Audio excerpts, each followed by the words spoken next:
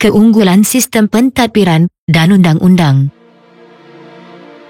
Kesultanan Melayu Melaka mempunyai dua undang-undang yang berasaskan syariah dan hukum adat, iaitu Hukum Kanun Melaka dan Undang-Undang Laut Melaka. Kedua-dua undang-undang ini diperkenalkan bagi melaksanakan pentadbiran untuk menjamin kemakmuran dan kesejahteraan Kesultanan Melayu Melaka. Hukum Kanun Melaka. Hukum Kanun Melaka mengandungi 44 fasal yang membincangkan antaranya termasuklah jenayah, bidang kuasa sultan dan pembesar, kekeluargaan dan hal berkaitan dengan ekonomi. Jenayah. Perbuatan jenayah menggugat ketenteraman dan keharmonian Kesultanan Melayu Melaka. Pelbagai hukuman setimpal dikenakan terhadap perbuatan jenayah seperti membunuh, menikam dan mencuri. Antara kesalahan yang boleh dikenakan hukuman bunuh termasuklah seperti dalam Fasal 5.1, apabila seseorang didapati membunuh orang lain tanpa pengetahuan raja atau pembesar, maka dia akan dihukum bunuh. Dalam Fasal 4, hukuman bunuh dikenakan kepada sesiapa yang ingkar arahan dan memalsukan titah sultan. Peranan sultan dan pembesar. Setiap pembesar Melaka mempunyai peranan dalam pentadbiran dan mereka juga perlu arif dalam hal berkaitan dengan pelaksanaan undang-undang. Contohnya, dalam Fasal 1 dijelaskan tugas sultan, bendahara, temenggung dan penghulu bendahari.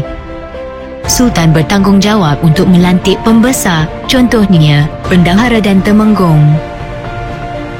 Kekeluargaan. Isu kekeluargaan diberikan perhatian oleh Kesultanan Melayu Melaka. Undang-undang keluarga bertujuan mewujudkan keharmonian dalam keluarga dan menyelesaikan masalah yang dihadapi oleh keluarga atau dalam perkahwinan.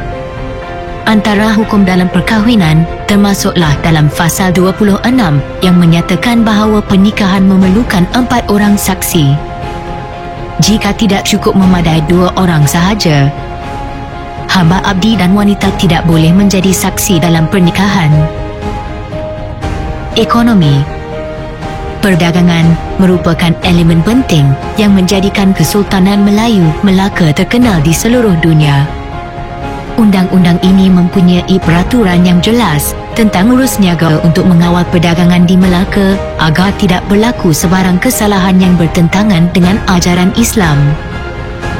Contohnya, dalam Fasal 30 dinyatakan amalan riba diharamkan dalam urusan perniagaan dan orang yang menjalankan perniagaan hendaklah akil balil, siuman dan perlu melafazkan niat jual beli. Undang-Undang Laut Melaka.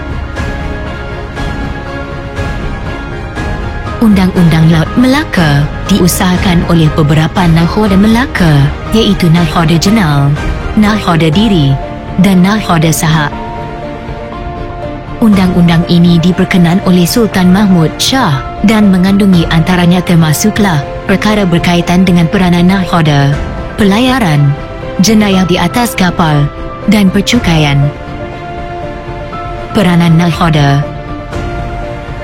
Nakhoda berkuasa penuh dan diibaratkan sebagai raja dalam pelayaran. Semua pihak harus mematuhi arahan dan perintah nakhoda. Dalam Fasal 13.1 dinyatakan bahawa nakhoda perlu diberikan keutamaan untuk berniaga selama 4 hari.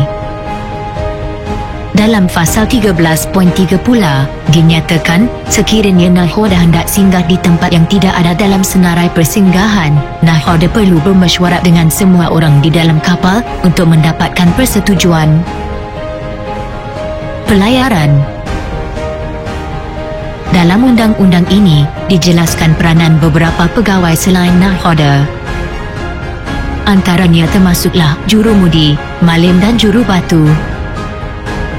Pelaksanaan peranan masing-masing akan menjadikan pelayaran selamat dan lancar.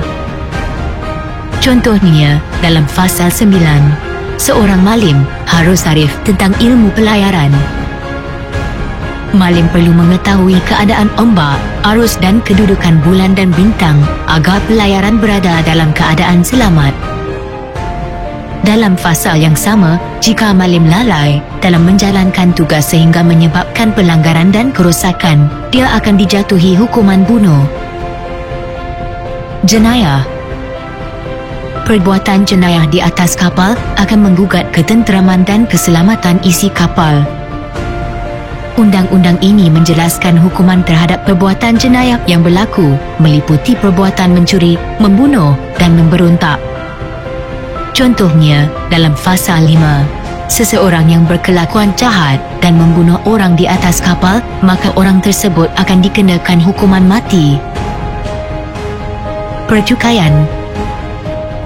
Percukaian yang sistematik dan adil dinyatakan dalam undang-undang ini. Pelbagai cukai dikenakan dalam urusan pelayaran untuk perdagangan. Contohnya, cukai perjalanan dan hasil perniagaan. Dalam pasal 6.3, Nahoda menentukan jumlah cukai yang dikenakan terhadap penumpang, iaitu 1/10 daripada hasil penumpang sekiranya penumpang ingin turun sebelum sampai janjinya, sama ada 3 tahun, 3 bulan atau 3 hari.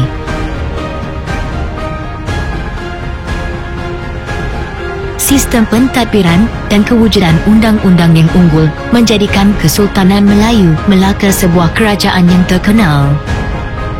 Pentadbiran yang tersusun menjamin perjalanan pemerintahan yang lancar dan cekap.